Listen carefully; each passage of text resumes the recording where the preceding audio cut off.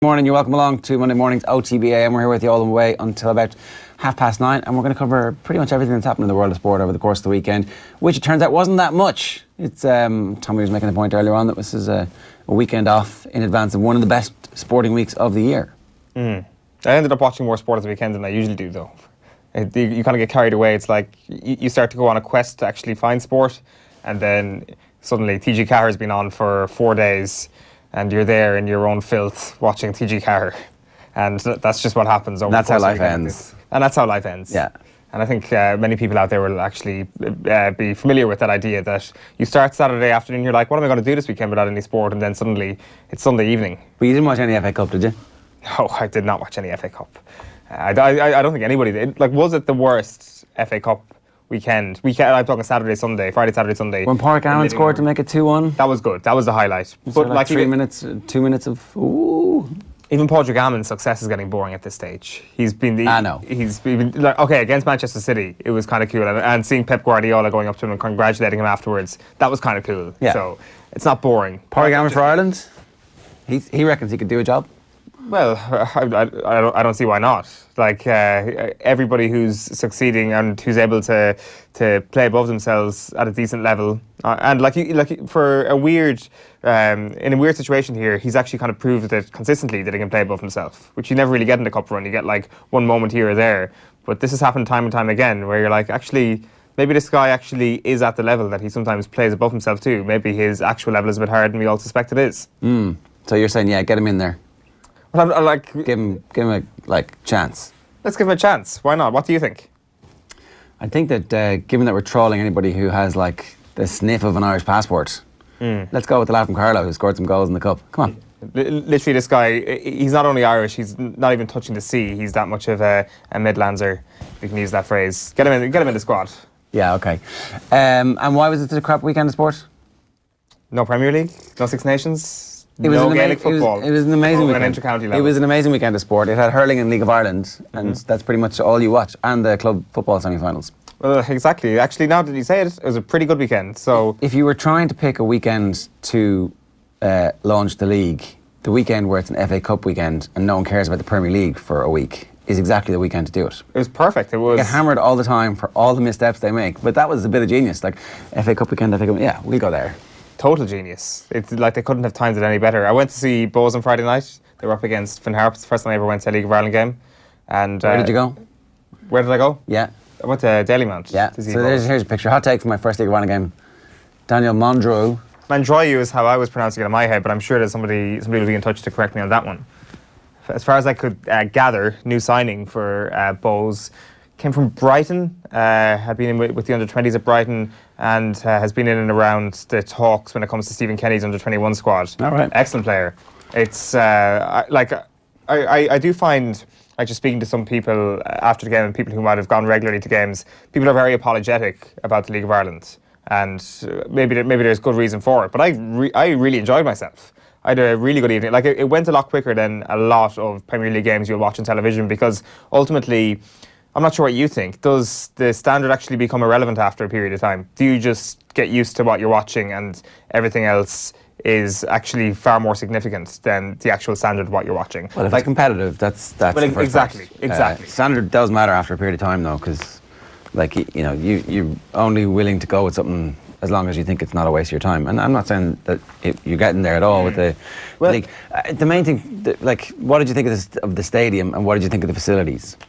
Well, there's a charm to what Dailymount is. Obviously, it needs to be redeveloped. Like, there's no question about that. It does, but there is maybe if you go regularly, the charm sort of starts to fade out a small bit. And is there a charm? Were you not shocked? No, I've been there before. Yeah, but not for a game. For we did a video. Yeah. No, it didn't. Like, were you shocked that day? The first time you saw it? I was more shocked on Friday night for sure, because I didn't actually notice how dilapidated the terrace was behind the goal on the Phibsborough end was. Like, all the flags are kind of laid out there, and it looks a bit better than it does ordinarily. And you've got a block overhanging, and then you've got the old stand across the way, which kind of two sort of haunting tunnels in the middle of it. which for me kind of, but then again, like I'm the type of guy who'd go to see the GDR and see the history of communism in Europe, and there's a charm to that for me. So, like, in a very similar way. You're outing yourself as a tourist, a horrible tourist here, but go on. Well, not really as a horrible tourist. League of Ireland, oh, go on, look at all these dubs. I'm not making that comparison whatsoever, but there is sort of, for me... And their football. Why is no one picking it up? There's an authenticity to that, no? Yeah. I mean, I think that's it. There is an authenticity. It's unfortunate that the facilities that people have to go and consume their sport in are so crap, because it is like...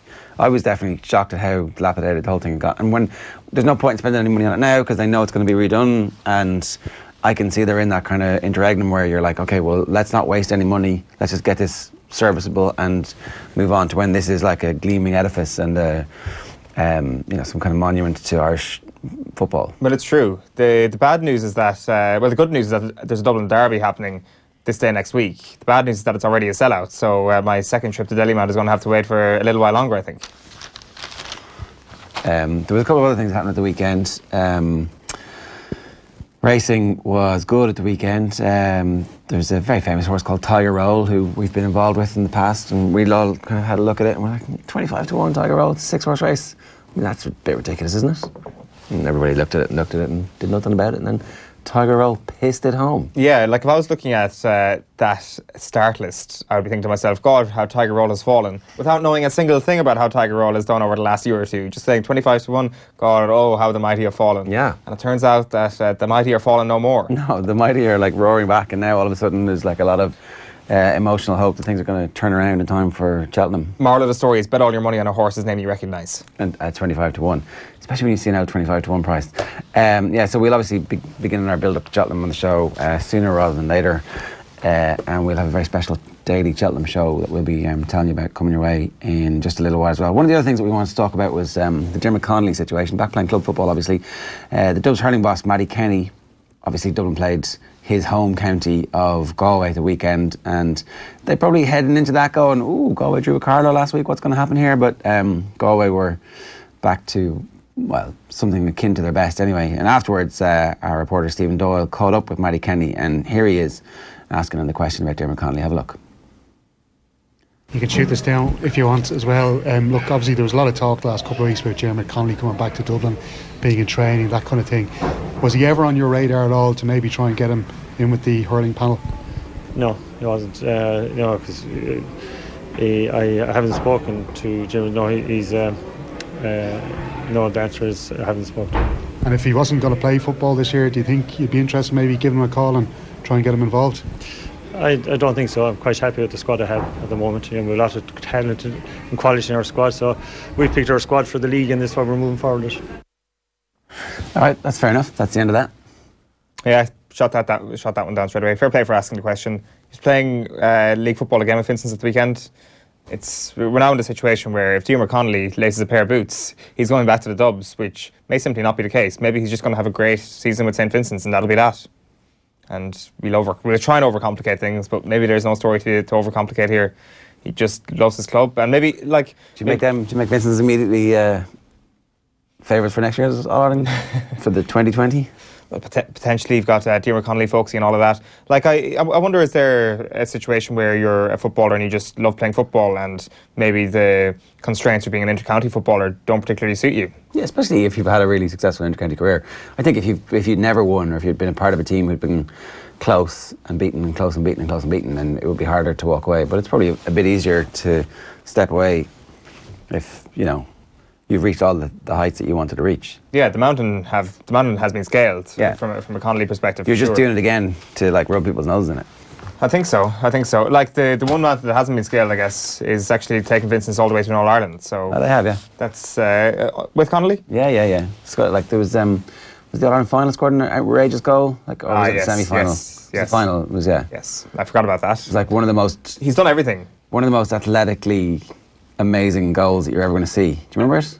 I do. I don't remember if it was in an All-Ireland final or not. Yeah, it was. They hammered somebody. Was it one of the Mayo teams? I think it was one of the Mayo teams. Castlebar. Wasn't it when Richie Feeney got black carded early on in the final? Yes, that was the final. So they won 2. I'm pretty sure they won 2.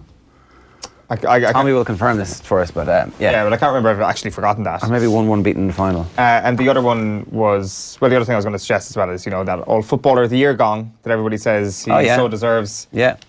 Would that be enough to motivate somebody to go back and play with their county? Is it too late this season now to get it? Can you get it for will everyone be like, oh, if you didn't even play in the first round of the league, you can't give me all of the player either? No. Well, is that a Jim Gavin impression you're doing there? No, because you haven't played in the first 2 rounds of the league. Do you get into the Dublin team? 2007 and 2014, they're two-time All-Ireland club winners, so there's, there are no worlds for him left to conquer. Yeah, I was wrong. Basically, I accept that. Tommy also, and also 76, but... history doesn't record that if whether or not Jim Connolly is better than It probably was. All right, well, we tell you what's coming up on the show this morning. Plenty coming your way. Going to talk about the Colin Kaepernick situation with Mike Carlson around about 9:10 this morning. Going to talk rugby with Alan Quinlan. Not great news coming from the injury perspective. Chris Farrell has been withdrawn after 18 minutes of the game at the weekend with, it says a precaution with banging the knee, so fingers crossed it was just a little bit sore and they were like, okay, off you come. No point in wasting or taking any risks with that. The hurling review of the weekend, we're going to hear from all of our reporters around the grounds, including Tommy Walsh, and then Guidor. We'll talk with Eamon McGee about a fairly epic journey that Guidor have been on, and one that certainly captured the imagination of the entire country after the tragedy that has happened in Guidor just recently, kind of putting the football into a bit of perspective, but also giving the football far more meaning. And look, McGee's just always a great guy to talk to, so we'll talk to him around about that. And now it's time for the morning newspapers. So I'm going to start with Brian Cody's on the front. The pictures of Brian Cody are the ones that are illuminating the sports pages this morning for various reasons. But here's Limerick emerged with reputation enhanced. This is Sean Moran's piece at the front of the paper, which is kind of talking about the context of the weekend. Zola pleads for patience with Sarri's vision. Former player refutes idea manager too stubborn to adapt game plan for England. Yeah, I mean, look, the decision for Chelsea is pretty straightforward. Do we want the same cut and thrust managerial turnover and assume that we've bought the right players, or do we want somebody who comes in and stays with the club for 3 or 4 seasons and there's a little bit of building? I mean, there's been no sign that that's what Chelsea want, but that might be the right thing for them at this point. So back page here, champions rumble on. This is the Times Ireland edition. Kearney will continue after the World Cup. That's Rob Kearney will continue his rugby career after the World Cup as contract talks between the IRFU and the Leinster and Ireland fullback intensify.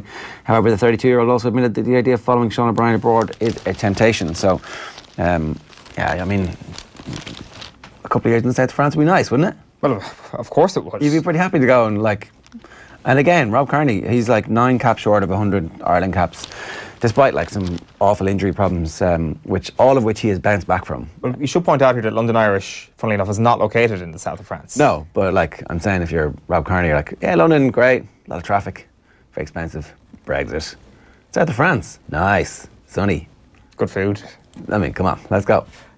It's... If only Biarritz weren't crap anymore, we could all go and live in Biarritz. I'm surprised it's actually a decision for rugby players anymore, especially players of that quality, that it's will I actually play out my last couple of years in a Leinster or Munster or whatever jersey, or should I go and live somewhere beautiful and actually broaden my horizons? And well, I'm not saying Leinster and Munster aren't beautiful places, but in a more beautiful place, in somewhere different. Shade thrown. The Racing Post, Tiger purring. It's Tiger Roll, doing great stuff at Navan, I think it was, wasn't it? Yesterday? Yeah. And then Nichols aiming to build on his Super Saturday. So Paul Nichols was apparently pretty good on Saturday. So, and then heavyweight contest had to go the distance. Chelsea versus Manchester United tonight on BBC One. There will be many millions of people watching that. The front page from The Examiner, hide and peak. Is there even more to come from Lethal Limerick this year? We'll talk about this a little bit later on. They beat Kilkenny. The tabloid headlines are far more damning of Kilkenny. It's cats skinned.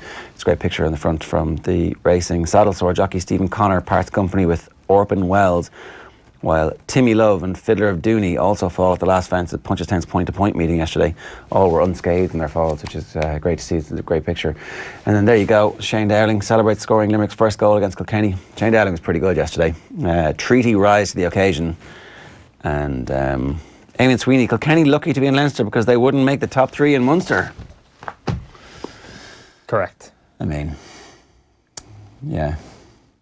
The To be fair, you could What about all those years where like Kilkenny didn't even have a game in Leinster and were still killing every Munster team they come up against? Yeah, when they had the best team of all time. Yeah, and That helps. well, let's Do they just have wait. the best team of all time at the moment? No. Let's wait and see. Let's write off TJ Reid and that group of players who weren't playing yesterday, which included Richie Hogan Colin and Fennelly. Colin Fennelly, and there was a couple more. Let's just write them off because they've done nothing that deserves respect.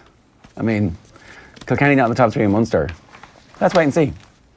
On a one-off day in Nolan Park, you're telling me they wouldn't, in a championship match with the full team, they wouldn't back themselves against Tip Oh, they'd certainly back or themselves. Cork or Clare or Waterford or Limerick? But they'd certainly back themselves because they are from Kilkenny. They are people who believe that they I should think be they're beating winning. other I think people. they're winning 4 out of those 5 games and getting a draw on the other. Really? Yeah. Okay, but all the games are in Nolan Park. Well, all the home games and the away games. Let's see what happens to the away games. I would expect everybody home and away to beat each other. Limerick emerged with reputation enhanced. Oh, I did that one. There you go.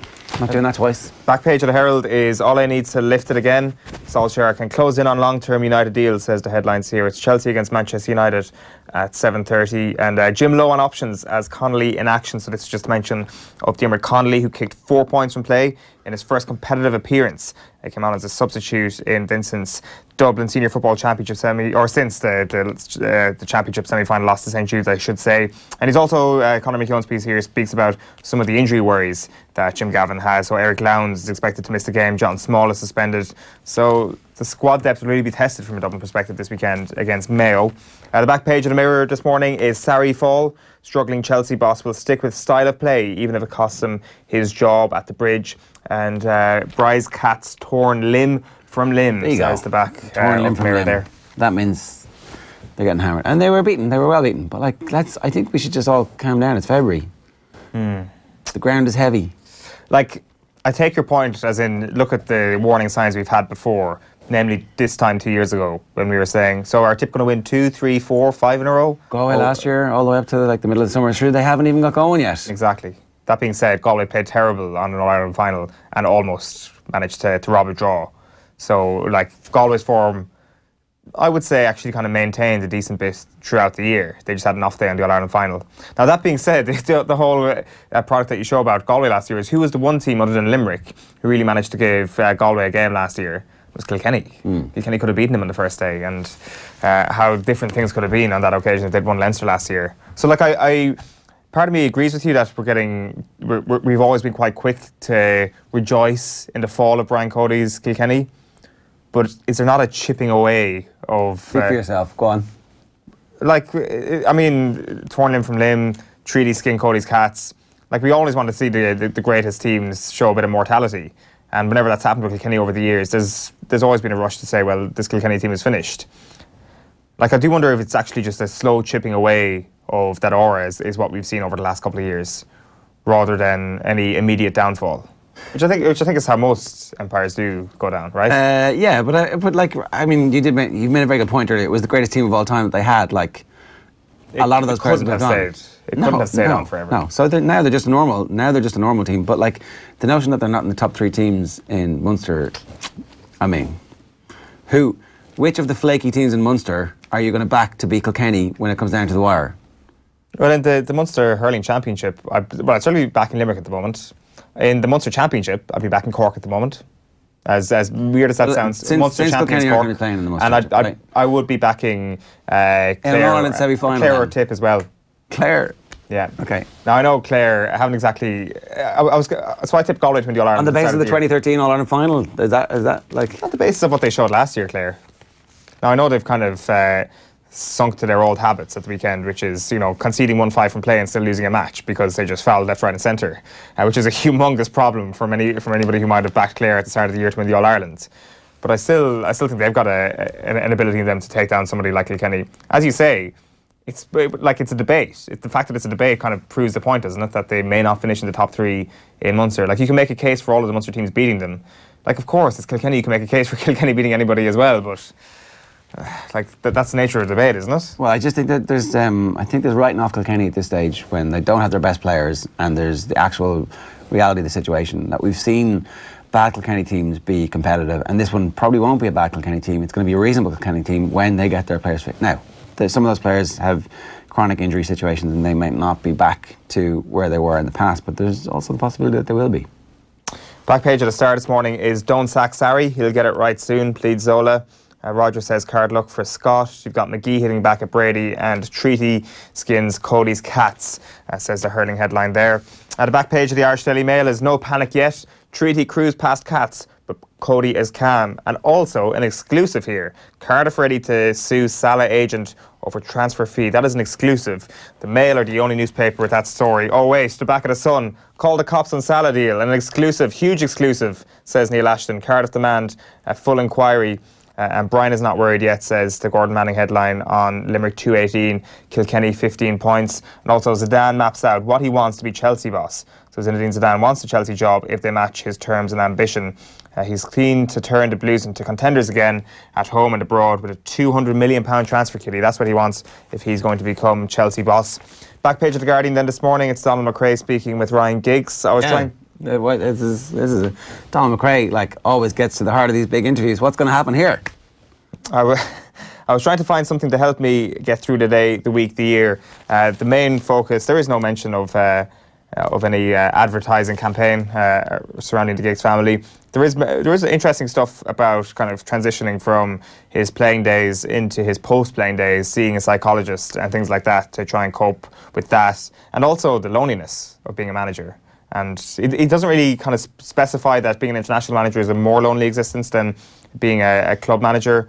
And he says that the most lonely moment is just before kickoff, as in, so the players have gone out to do the warm-up and you're in the dressing room on your own, that the loneliness kind of hits him there, which I thought was quite an interesting point. I would have thought that the loneliness would hit you when you're like, oh God, all the players come back to the clubs. I do nothing. Well, I do nothing in a kind of hands-on basis for the next couple of weeks.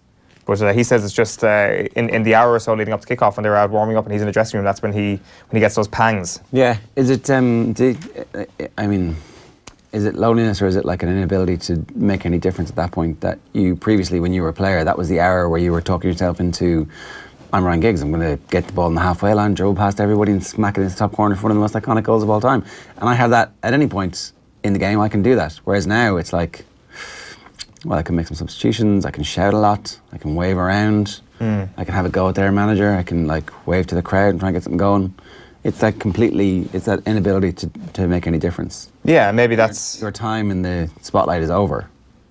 Maybe that's the emotion he's feeling and he just can't tell the difference between that and loneliness.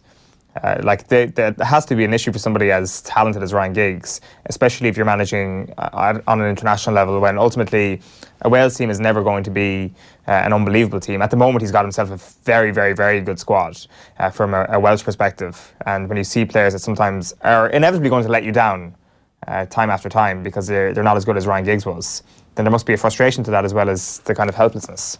The fact that they didn't mention the ad campaign is a bit weird, isn't it? Yeah, so... Or is it actually just the right thing to do? It's like, I'm going to go ahead with my life. This thing has happened. It happened in the past. I'm moving on. You're cashing in. And I'm going to rise above that Okay, somehow. so just to clarify, this interview took place as part of a different media event. So this is not an exclusive interview, okay, from what I can gather. This is about the Laureate Sport for Good supported programmes. Yeah, so the Laureate thing is on tonight, right? It's that massive gala dinner in Monaco that like a bunch of the world's top sports people actually show up to. So Federer goes, you would have seen, I think LeBron had been there in the past. Like it's the creme de menthe, Rodney, of the world's sporting, and they give loads of money to charity. So, I mean, I suspect that might have been a one-on-one. No, it might be like that. They're like, because I mean, they want to get it to the Guardian. But my point is that if it's like around a commercial event, would there not be an instruction to not ask about certain things or an agreement? You choose to agree to that or not. You know, and also he chooses to address it or not. True. Like, if you're Ryan Giggs, do you address it? Probably not. Probably not. But it's there, and it's going to continue to be there, right? I mean, whether or not that's fair is a point we can come back to. It probably isn't fair, but at some point, I don't know. At some point, maybe he just never escapes the stigma. But I saw Ryan Giggs do a talk once, and he was really good. He was like really interesting, self-possessed, self-aware, self-reflective, understood that there were gaps in his ability as a manager because he'd come through so quickly. And this was after the Man United and before he'd got the Wales gig. So I maybe he just got the Wales gig and kind of hadn't put down any matches yet, but just seemed like a really interesting, intelligent, clever guy who was also a little bit shy and a little bit thoughtful, and not the kind of combination that you would have known from Ryan Giggs as the temporary Man United manager or as the footballer, and certainly not the tabloid cut-out figure from the incident that happened in his family. Well, I definitely get that sense as well from reading this interview that perhaps the personality of Ryan Giggs actually isn't suited to the cut and thrust of modern club football. That the thoughtful side of him comes through with a little bit of time in an international job, for example, when he gets time, a bit of one-on-one time with the players to actually get inside their minds, chat to them, kind of turn them in and help them grow as players. And he makes a statement at the end that, I can't remember who he quotes, but he says that the lower down the divisions you go, it's more about coaching. The higher up the divisions you go, it's more about management. And he says at the end of it, I really like the management side of things, as if justifying to himself that I deserve to be at the top level and it's definitely management that I'm interested in. Whereas I get the sense from the personality traits that he shows that he's actually more of a coach. Maybe. He certainly seemed to enjoy the coaching at Man United, all right. That interview, worth having a look. Are you done? Just one more. It's just a Daily Telegraph. It's time to deliver, says the front page at the Telegraph sports section. Sanchez worried by failure to justify £500,000 a week's salary, and Solskjaer says forward needs to regain his form. It's only 250 grand net after, got to pay tax that 50% rate. You're earning that much. But that justifies everything. Exactly. Okay, so we got tweeted this by a guy called Niall Maples. I'm asking all my friends and or anyone involved with a bunch of different people to retweet this post asking Soccer AM to include this belter in hashtag goals of the week, hashtag top bins. So it's in Gormanston, and here we go. Watch the top right hand corner. Boom. Oh. It's futsal, under 8s. Here we go again. Top bins. Oh, you can't teach techers like that. That's Pádraig Amond in the cup. There was only me in the whole stadium who knew it was going in, says Amond. And it's like, only that kid and the poor girl who ducked her head, or maybe actually rightly ducked her head. The Gormanstown CVG. Yeah, the league is shadowboxing and hurling this year with no relegation. Kearney are missing a fair few players, says James Keohan. And Pierce Wise says, we'll take Connolly here in Cork. For the footballers or the hurlers? Cody won the league and All-Ireland double 6 times. That's a pretty good record. Yeah, the no relegation did it last year.